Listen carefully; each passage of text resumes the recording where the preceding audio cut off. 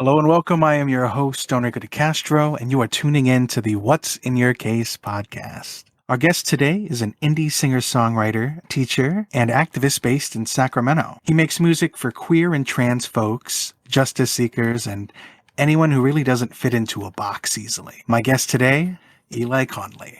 Thank you so much for having me. I'm excited to be here, Don Rico. So we met during one of the Sacramento songwriter showcases. You were one of the featured artists performing that night alongside myself and Goo. How did you enjoy that experience? Oh, it was so nice. Yeah, I love getting to do shows that are like in the round shows where it's one song at a time, one songwriter at a time. And I haven't done too many. I guess I've done maybe two or three prior to this. And I feel like as a performer, I'm so used to, I have a set and I kind of have the flow, but I actually really like the difference of getting to like bounce off each other. And also, what's great about Sacramento Songwriter Circle and that showcase in particular is that it's not only an in the round show, but also we're responding to questions from the host and from the audience. And that's just really fun to get to hear a variety of different kinds of music, but also hear like the inspiration behind it and the sort of back and forth flow of that. And as somebody who's new to Sacramento, I moved here from Berkeley in 2020. I'm also just excited to be connecting with other artists here as we start to emerge from the deeper time in the pandemic. And so it was really a treat to hear your music and Goo's music and just notice how, even though each of our styles are pretty different, there's like definitely themes and in our music and in the ways that we responded to questions about our songwriting that kind of echoed across each other. So it was a lot of fun. Now, I know you were involved in another songwriter circle group. I think it's called the Queer Songwriter Circle. Can you tell me about that and what kind of stuff goes on in that kind of group? Yeah, so I'm actually sort of a part of several different circles as a teacher, teaching artist. Yeah, I host something called the Queer Songwriter Circle, which is online. We meet once a month and it's up to six people, so we keep it pretty small. And we meet for 6 months, and each session, each person gets to bring a new song or an old song or whatever they're working on and they want feedback on from the group. And a lot of the folks in that space have taken one of my songwriting classes for queer and trans people and allies. Everybody is welcome, although it is a queer and trans centered space. I teach a beginning songwriting class, an intermediate songwriting class, and I'm working on an advanced class right now. And so while the classes are more like me offering lessons and writing prompts, and when people share songs, it's basically just me giving feedback and suggestions. In the songwriter circle spaces that I lead, it's much more of a group process, similar to Sacramento Songwriter Circle, from what I understand, where each person shares a song, but then everybody in the group gets to give feedback. And I kind of have a particular feedback style that we do. It's not just a open free for all. I follow a process inspired by Liz Lerman, who's a feminist choreographer who's created something I think she calls it the critical response process. And I'm happy to talk more about that if you're interested. So that's the space that I lead as a teacher facilitator, is the Queer Songwriter Circle, and it's all online. I'm also a part of a circle with some friends that's been meeting maybe even 10 years now. It's been meeting a long time, also once a month. That was always in person in the East Bay where I used to live, but since 2020 we've been doing it online, and that's a really wonderful space too. It's a similar structure, but I'm a participant there and we all sort of co-create it together. And really the folks in that group are some of my closest friends and some of my closest like musical friends in particular, because they've really seen almost every song I've written in the last 10 years from the very early drafts. And that is like such an incredibly generative space for me, just to know, okay, I've got this deadline. I know I'm going to have to show up and share something. And it's really what inspired me to start leading the queer songwriter circles, because I saw what a difference it made in my writing to get to just have that regular ongoing community space. So for you, community is a very big thing. I don't know if there's anybody that community is not important for, but I'm sure there are. There's some loners and some songwriters are just like, working out by themselves in the woods.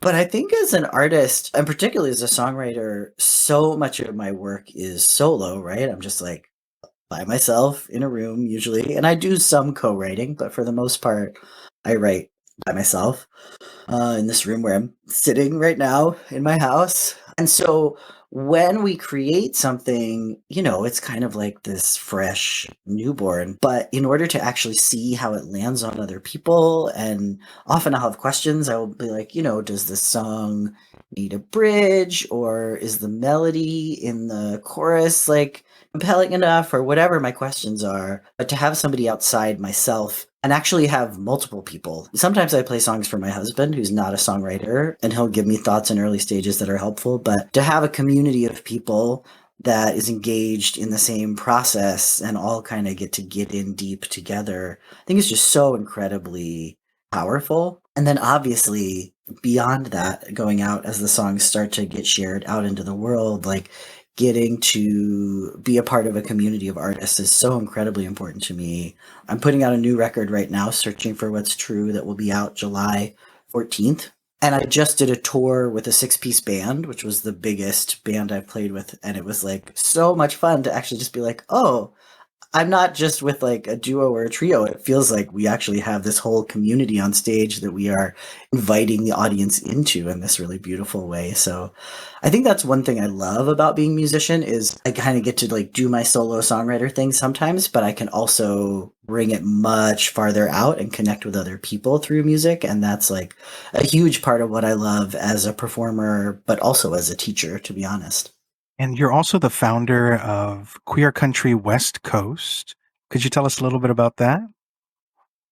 Yeah, this is something I'm passionate about. So it all started maybe 2014 or so. I was on tour on the East Coast and I played a show in New York City. And when I had talked to people about who I should hook up with and play a show with there, everybody was like, oh, talk to Karen Piddleman. She hosts this show. At that point, it was called Queer Country Monthly in Brooklyn. And I was like, sounds great. Sign me up. I sort of consider my music indie folk or like alt country, Americana, I kind of use all those terms. And as a queer and transgender artist and somebody who's definitely deeply influenced by country, I was really excited at the prospect of a space that was really centered in queer country music. And it's at this country western bar in Brooklyn that, is not what you expect to encounter when you're walking down the street in New York City. But it was so much fun. And I feel like there was this part of me that just kind of like opened and healed in that moment because I'm from the South. I grew up in Richmond, Virginia, and small town outside of there. My family definitely listens to country music, especially kind of older stuff, Carter family, Patsy Cline, Willie Nelson, as well as more modern like Americana singer-songwriters. And a lot of times that music, there's kind of this myth that it's only for like straight, white, conservative people. That's like what, Nashville wants us to think. But to a certain extent, even though I grew up around that music, I love that music, I didn't always feel that I could claim myself as a country artist or make country music because I was queer. It just seemed like those two things might be at odds. But after playing in that space and like witnessing the like love and support from the audience and from the musicians, coming back to community again, it really felt like Karen had built this community specifically around queer country music. I kind of realized that it's crap that those two things are considered at odds and that like queer people have always been here. They've been here since the beginning of country music, let alone any other style or culture. And so I started claiming country more as my own, both in my own music and in kind of the kinds of covers I would do and things like that. And so a couple of years later, I had played that show a couple times in New York, and I reached out to Karen and said, hey, what if I start a West Coast version of this? What if I do this in San Francisco? And she was like, yeah, I give you my blessing. Like, that sounds great. Go. I didn't have capacity to do it every month like she was doing, but I started doing it every 3 or 4 months, and now it's usually once a year. But I've moved around to a number of different venues and just creating a space that's sort of known as Queer Country West Coast.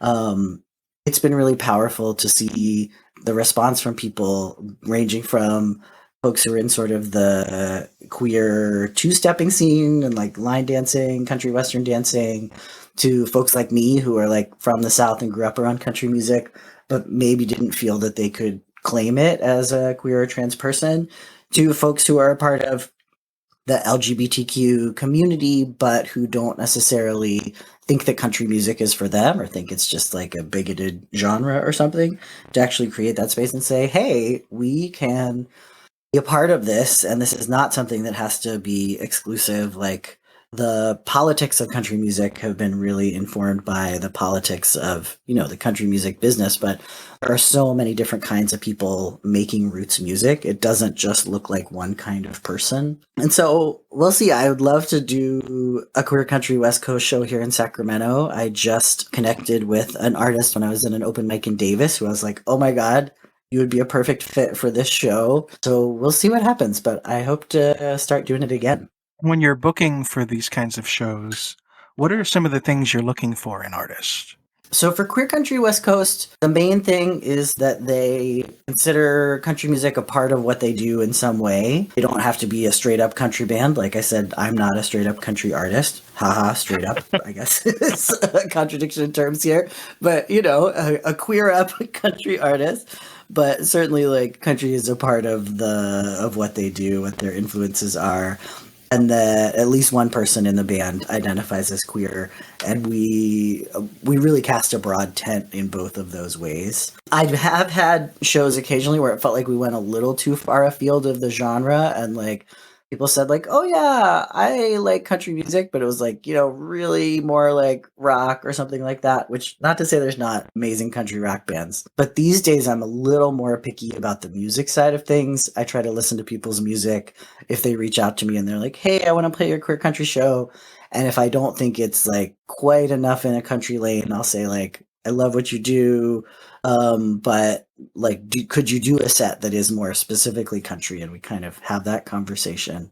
I really am not a gatekeeper around the identity piece. Like, if you are interested in playing the space, if you say you are queer, or if you reach out to me about it, like, cool, I'm totally down.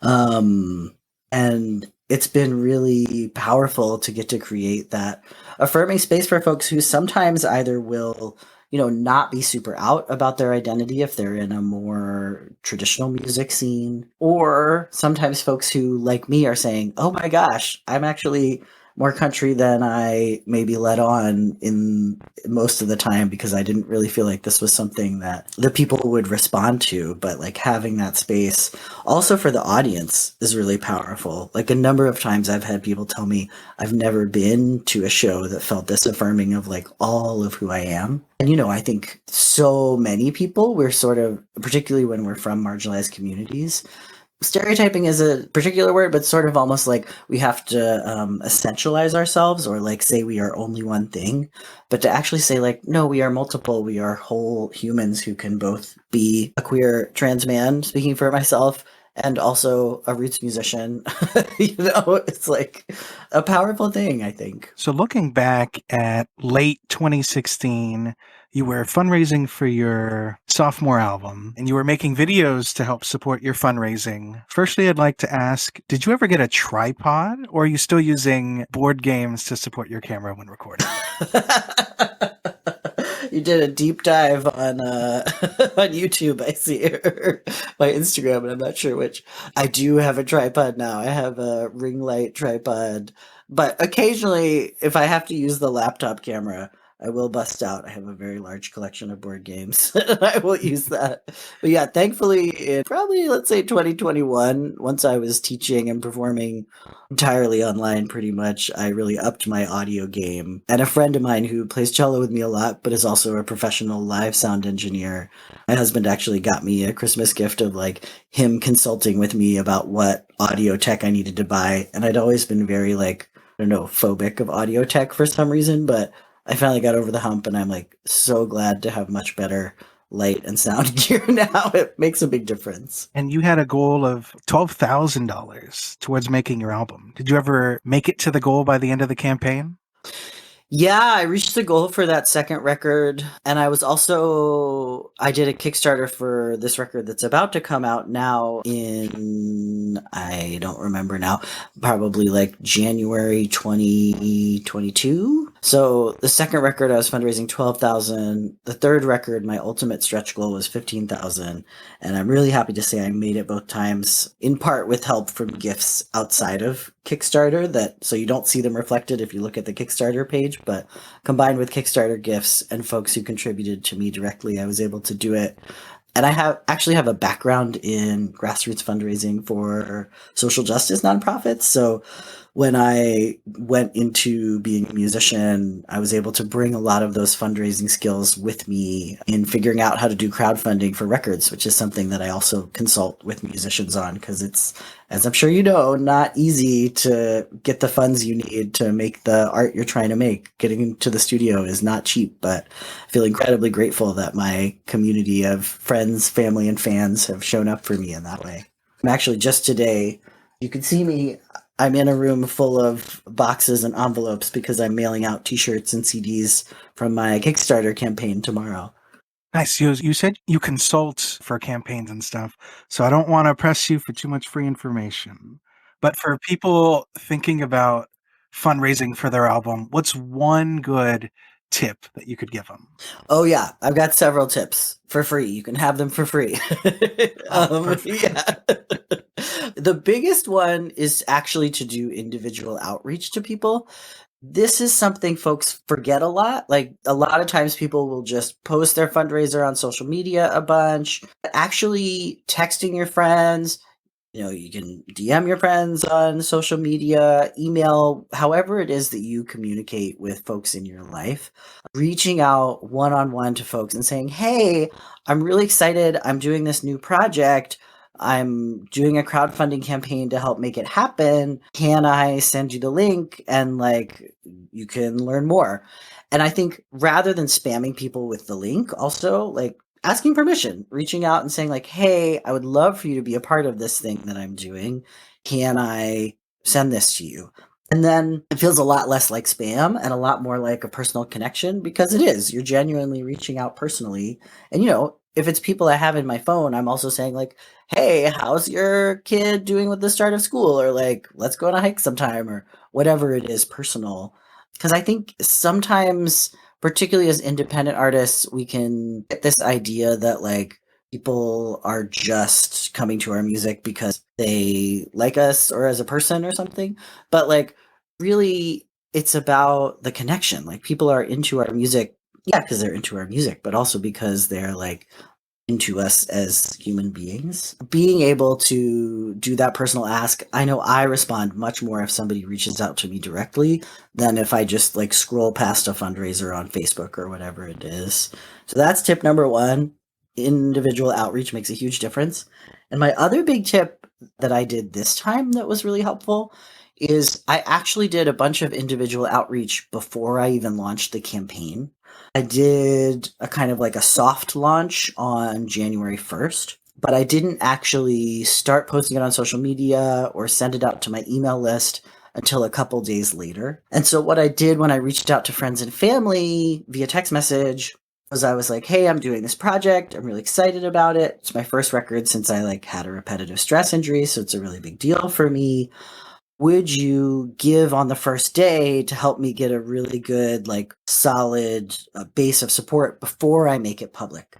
Because once something goes public, when people who don't know you personally look at it, if you have at least a third of your funding there already, they're way more likely to give because they're like, oh, this person has people behind them. This is exciting.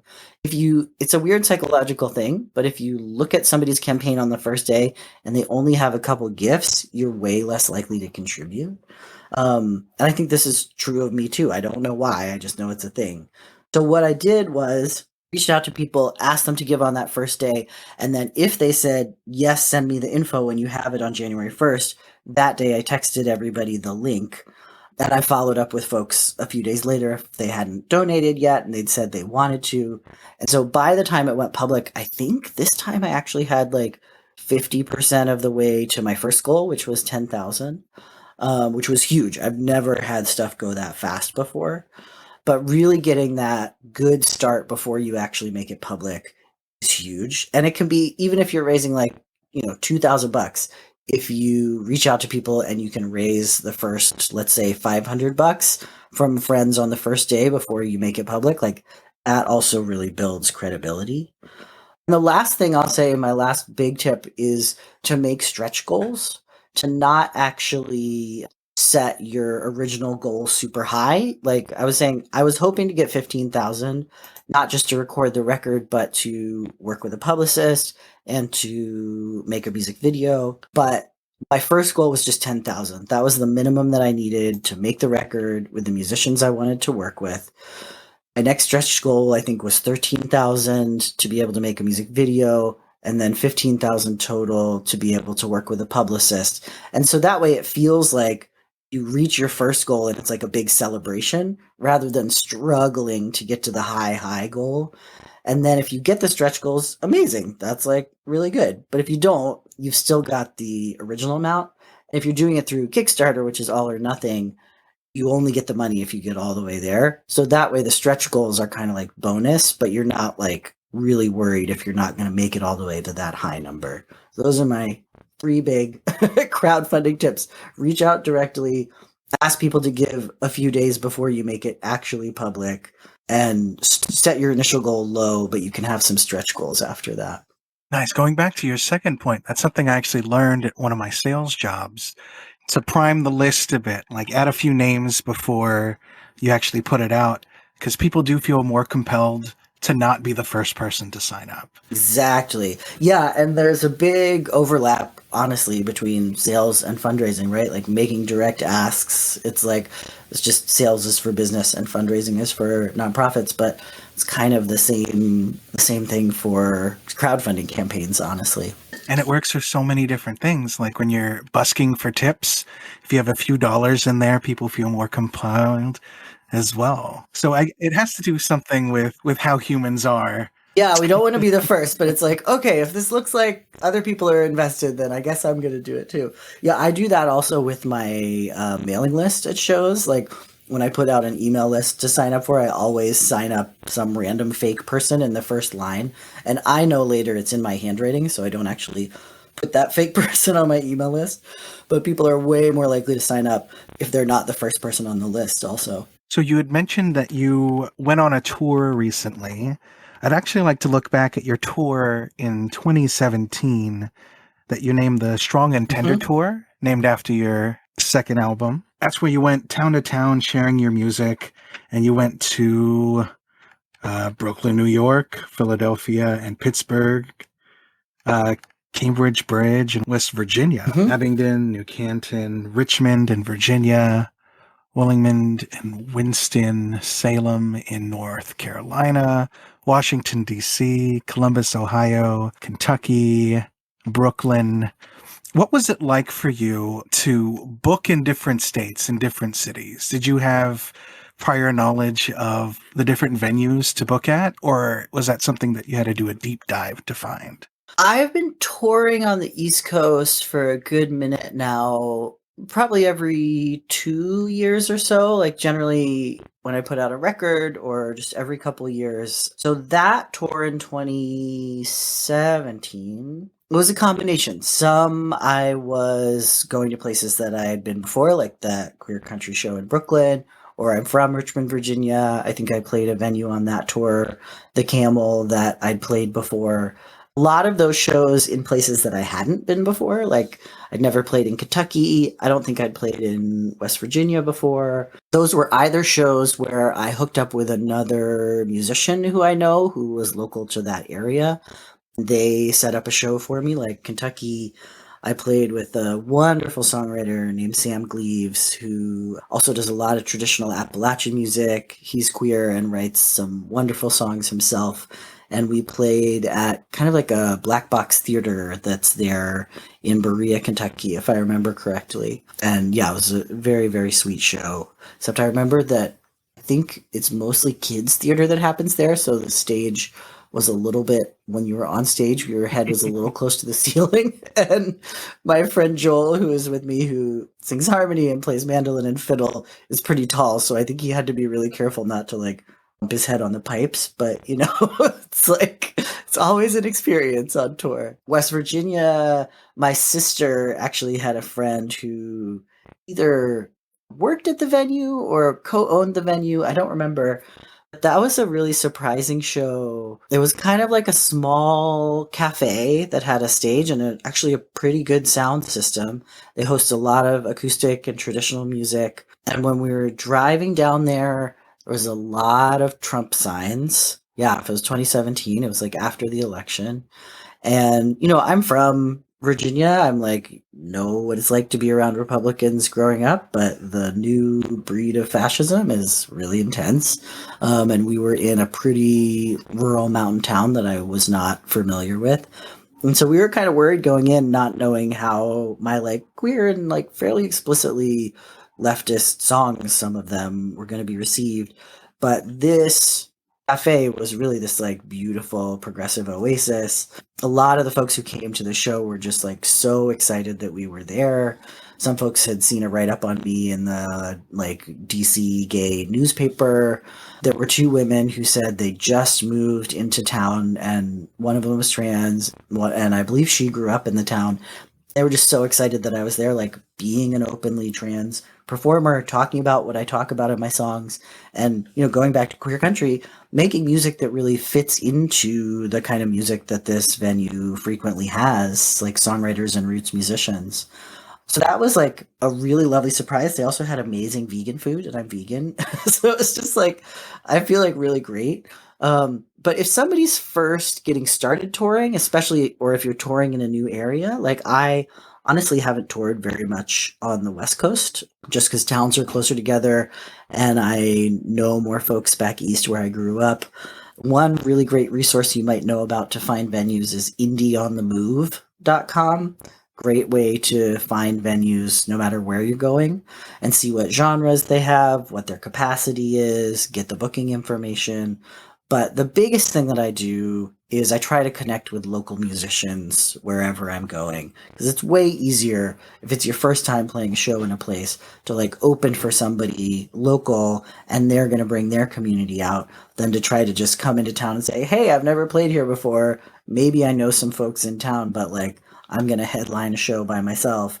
It's just going to be way less of an audience. It takes time going back to places over and over again to actually build your own audience. I'm certainly not someone who makes my living from touring. I have friends who do, but my day-to-day income comes from teaching. But I really enjoy getting to spend a couple weeks on the road, just playing shows almost every night. And so that combination of connecting with local musicians, playing house concerts sometimes if I have friends who can host a house concert, and then researching venues on my own through Indie on the Move when I don't have time or capacity to play with somebody local has been really have put together my tours, because I do all my own booking still at this point. So it all comes back to community. I suppose so. Yeah. And I mean, I think that's one of those things again, right? Where like, it's much more fun to play in places where there's musicians who I know and love than to say like, oh, I'm going to try to build an audience in LA because that's where the music industry is or whatever. I mean, if I have some friends there and some musician friends, like, sure, I'll go to LA, but I don't go to places just because I think it sounds like a cool city to play. I go to places because I already have a connection, and then organically, that is what helps me like grow connections to more fans and artists in that area. So how many instruments do you play? Basically one and a half. I'd say two. Guitar is my main instrument, acoustic guitar, and I play piano. I don't play piano on stage. I've written maybe one song on piano as an adult, but piano was my first instrument, and it's what I use to teach singing lessons. It's what I use to teach music theory because it's just so much easier when you can sort of see everything on the piano. I also played tenor saxophone in like middle and high school jazz band kind of stuff, but I would be hard pressed to play anything other than probably a C on a saxophone these days. So one of the questions that I like to ask my guest is, if they name their instruments. Right now, we're about a 50-50% on that. Do you name your instruments? I don't. I've named my cars in the past, although I have a new car who doesn't have a name yet. But for some reason, the instrument kind of feels like an extension of me, so it feels weird to like name it outside of myself. But I love hearing people's names for their instruments. So, a lot of the recording you do is in a studio in Oakland called Tiny Telephone Studios. What's it like working in a studio environment? Yeah, I've worked in two professional studios. My two most recent records, Searching for What's True, the previous one, Strong and Tender. I made it at Tiny Telephone Studios in Oakland. And I love that studio because it feels really inspiring, maybe is the best word I have for it. There's a ton of instruments. It's like pretty vibey. They have like really nice lighting. There's like a bookcase. Like it's kind of weird that like the vibe actually matters a lot, I think. The interesting thing about Tiny Telephone is it's an all analog studio. It can record digitally, and that's actually what we did for my most recent record. The previous record we recorded all to tape, which means you kind of have to work in a different way. Where my first record, At the Seams, I recorded in Seattle at a place called FTC Studios. And that was, fully digital, Pro Tools, also a really wonderful space that specializes in acoustic music. And that was just me and the producer engineer. And he plays a million instruments. And so he kind of filled everything out after I laid down my tracks. But when I've worked at Tiny Telephone, I've brought a band with me who I am already friends with. One nice thing about that space compared to what's typical of some studios is it actually has two isolation rooms as well as a big live room. So if folks aren't musicians, what that means is there's two rooms that you would like be in by yourself, and there's two ISO booths where they're completely soundproofed. If you're in there, it's just you. And then a live room is a space where there's room for more people and it's not as soundproofed. It has like kind of a live natural reverb in the room, where we've always put the cellist in my band because it just sounds so good to like hear the cello in a live room. But at that space, we can play live with each other, but see each other through the windows, hear each other on headphones. So it's a nice kind of amalgam of feeling more like you're playing together in that human way, like a live band, but we can still go back in and like edit or do overdubs and corrections for individual parts if we need to. The first record I made at Tiny Telephone, we were working to tape and I did my guitar and vocals together, which was the first time that I'd done that. And I also really liked that because I find when I just play guitar without the vocals, it's just a little bit harder. And so having the emotion and the dynamics all together was really nice. The drawback to that, obviously, is you can't edit anything individually. It's like you just take a take, or you can overdub a little bit, but you can't edit things as much. This time, because we were working at Pro Tools and also because I recorded vocals and guitar separately, it does have kind of a more produced sound, but I think that's tempered by the fact that we were still playing live at the same time and looking at each other through the windows. So the cellist, Conrad, and then Joel on mandolin and fiddle. And we did have a upright bass player, a drummer, and another harmony singer come in on different days and like layer things over top of that. But I think for me, the recording process, I enjoy it, but I think songwriting is my favorite thing, like songwriting and performing. Recording can be challenging listening to yourself under the microscope. So I think doing it in that way where I try to make it like as much like we're playing together live as possible, but also able to make things as polished as possible is kind of the way that I have found to make things as stress-free or minimally stressful as possible when like you're in this inherently stressful circumstance of like everything I do is being recorded and like this is going to represent the songs for the rest of time, essentially. So yeah, it's a high pressure situation, but I really like Tiny Telephone. I debated about working locally here since my most recent record I recorded in 2022, but ultimately I was like, you know what? I'm really comfortable at Tiny Telephone. 3 out of the 5 musicians lived there, so I was like, I'm just going to go back and work with the place that I already know.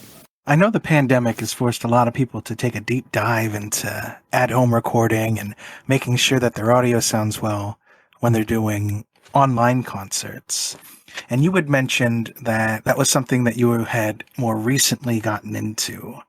What do you think the key factors were that were holding you back before the pandemic? In terms of home recording stuff? Diving into audio equipment for online and home recording. I don't know. I think I was the opposite of an audiophile. I think I was an audiophobe for some reason. Like, and I'm not, I'm decent with computers. Like, I'm not a Luddite. I think it just felt so overwhelming. Like, there's just so many kinds of microphones and like so many options out there. I kind of generally, part of the reason that I've worked in professional studios is like, I want my recordings to sound as good as possible. And I don't want to spend a million years learning how to make that happen and $1 million buying all the gear and learning how to use it. I'm interested in being a musician. I'm not so interested in being a like producer or a sound engineer or a mixer. And so I'm totally down to like use my, my fundraising, crowdfunding skills to get the money to make a professional studio recording. Obviously the drawback is I can't record things so much as I go. Like now, and I'll talk a little bit about my setup now if you're interested, I can make better quality demos. Like I used to just literally be recording with like my MacBook microphone into Audacity, and that was about it. I'm still recording into Audacity, but now I have an audio interface and like better quality professional microphones and stuff. I don't know exactly why I had that block. I played a live stream concert early in the pandemic that was a part of an online festival called I Need Space that some friends of mine organized a bunch of different queer songwriters and musicians to play at. But I was just using my MacBook like as the microphone and to broadcast it, and I didn't have any good lighting. And I listened back to it and I was like, oh, the quality of this is horrible. So like if I'm putting so much time and energy into my music, I actually want it to be like heard well, and it helped me realize that I just really didn't have the tools that I needed.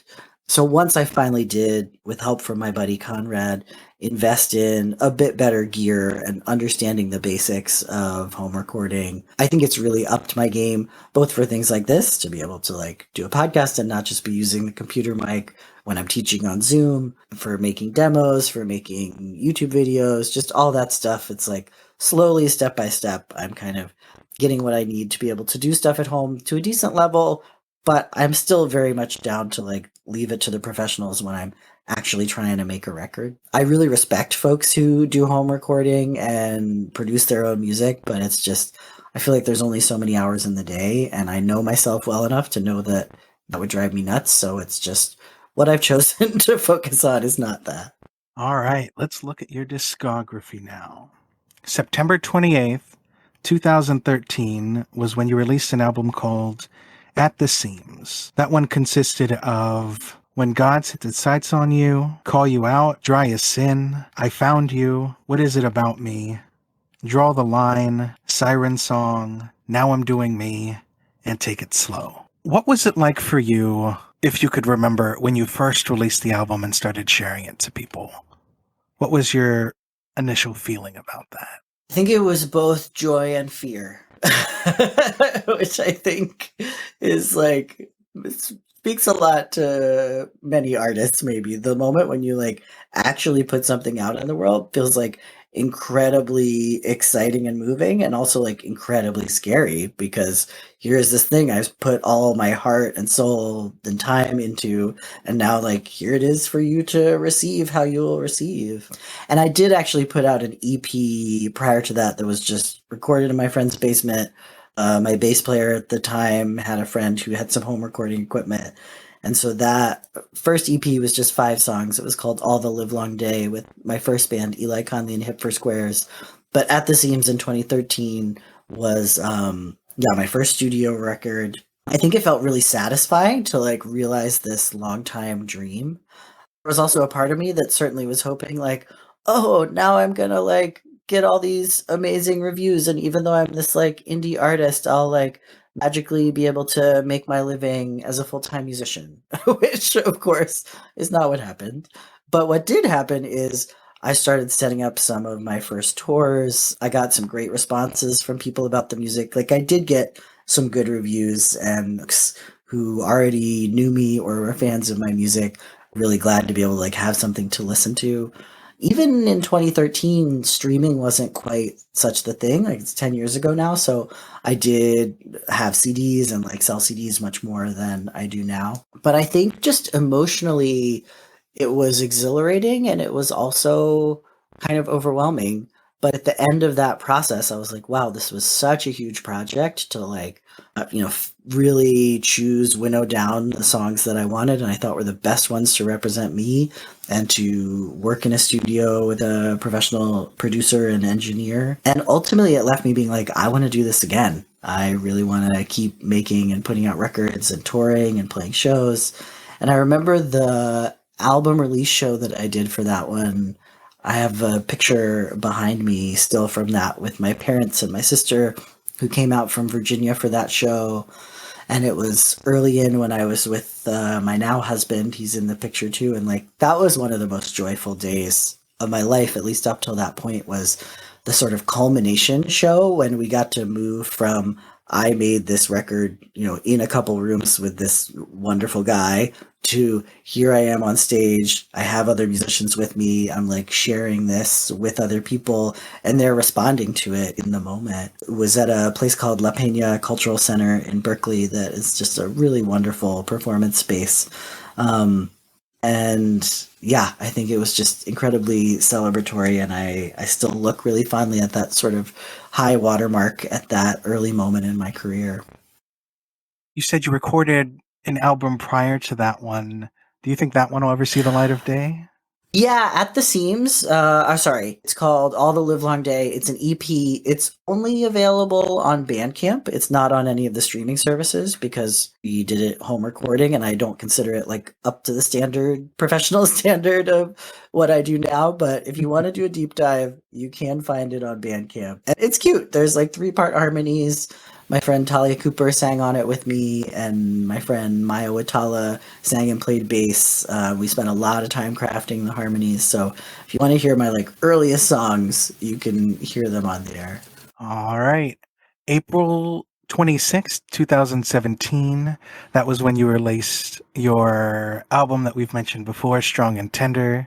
That one consists of How Do We Know, Lucky Star, All That Ends, What I'm Worth, Broken Song, Give It Up, Strong and Tender, Get In My Own Way, Strong, and The End. And then October 29th, 2022, you released a single called Making Something New. May 7th, 2023, you released a single, Hey That's Me. May 19th, 2023, you released the single, I Don't Want to Hurt. And then July 14th, 2023, you released the album Searching for What's New. Obviously, this is recorded before the release, so I'm excited to hear it and find out what the names of those songs are. But this is the first big project that you've worked on since your surgery, is that correct? Yeah, so I had surgery on my left wrist in 2020 after I had a repetitive stress injury, actually from being on tour in 2019 and play guitar a lot to the point that I got a repetitive stress injury. And so I had to take off a significant amount of time from playing any guitar. I took time off from teaching so I could really let my hands rest from playing piano. But I figured out through that time how to write voice only songs or write songs voice first and like slowly find chords for them. And eventually I was able to come back to playing guitar. I'm still not 100% the way I was before I was injured, but if I do my stretches and I'm like careful about how I use my body, I can play again, thank goodness. But yeah, it was a really emotional experience to like come into making this record after having to take a significant amount of time off. So Searching for What's True, which comes out in July, really feels like the culmination of a lot of that time I spent figuring out who am I if I can't play music? Who am I if I can't play guitar? And then ultimately realizing I'm still a songwriter. I'm still going to find ways to make music and to sing and play songs, even if guitar is not something that can be in my life. But thank goodness, now that it's back, I feel like it's made me all the more committed to the creative process and to sharing what I have to say with folks through this new project. And I'm actually really excited once the album is out there to get back into writing more, because so much of the past 2 years has been focused on fundraising, recording, arranging the songs, promoting, that I'm really excited for this one to be out. And then I'm really excited to be having more energy to kind of be in the generative space again and thinking about, okay, what do I feel like writing about now? So you just had a tour where you played with a full band. What was it like for you to work with so many other creatives? Or how did you find time for everyone to meet up for practice? I've done a kind of I don't know what you describe it, like a crash course a lot of times with people when I'm going to go on tour, just because a number of the musicians that I work with are spread out. And so we aren't like all living in the same city. We can't rehearse, every week. So for this particular project, it was pretty quick and dirty, but I hired musicians who I know were really good. Everybody who played on this tour, aside from the cellist, also played on the record. So even though we recorded it almost a year and a half ago, they had already played together. Like, we had already worked out arrangements. So that was really helpful.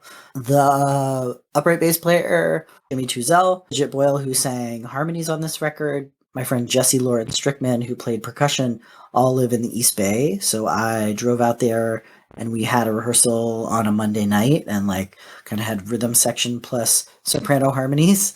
And my friend Joel, who arranged all the harmonies and a lot of the string parts, was actually on Zoom from Philly. So he was muted, so we couldn't hear him, but he was playing along, getting a little practice in at midnight his time. Then he flew out on a Wednesday night. The tour was just like a mini tour, Friday, Saturday, Sunday. So he flew out Wednesday night, picked him up at the airport. Thursday, we got together at my house in Sacramento with a local cellist, Corey Euler.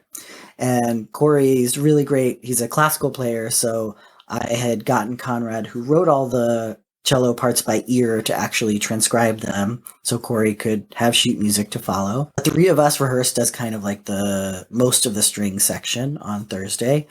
And then I would hardly ever do this, have a rehearsal the same day as a show, because I don't want to wear my voice out, let alone wear anybody else out. But again, just because of the way things were structured, that Friday, everybody got together at my house at 2:00.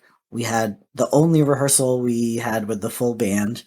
We drove to Davis and played the first show that night at Watermelon Music. But I'm really thankful that it worked. Everybody gelled. And it's funny because Joel and Conrad, the cellist on the record, and I have toured together a lot on the East Coast because they both used to live out east.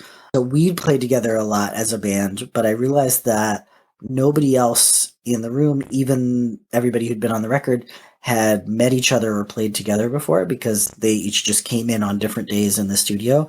So there was a funny moment where Jesse, the drummer, was asking everybody to sign the CD who'd played on it.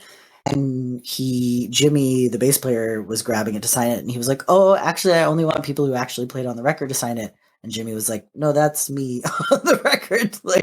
We are the drummer and the bass player, but you don't actually know that that's me," which was pretty cute. It's not for the faint of heart. I would not recommend this for most people, but if you get people who are, good professional players, sometimes it can work to have limited rehearsal time if you need to. Well, thank you for being our guest here at the What's in Your Case podcast. Do you have anything you'd like to promote? Or you could tell the listeners where they can find you? Absolutely. Yeah. So coming up this fall, if you're interested in working with me in my teaching artist capacity, I'm going to be teaching an intermediate songwriting class online. And also in person in Sacramento, I'll be teaching an intro to harmony singing class. It will be a lot of fun. All my classes are for queer and trans folks and allies, so everybody welcome, centered in the queer community. You can find me on Instagram. I'm Eli Conley Music. You can also find me on Facebook and YouTube just under my name. It's ELICONLEY. EliConley.com is my website. That's where you can sign up for my email list, either for the classes or my own music, or both if you want to check out both. And one more time, the record is Searching for What's True. It's out on all streaming platforms, and I would love for you to give a listen.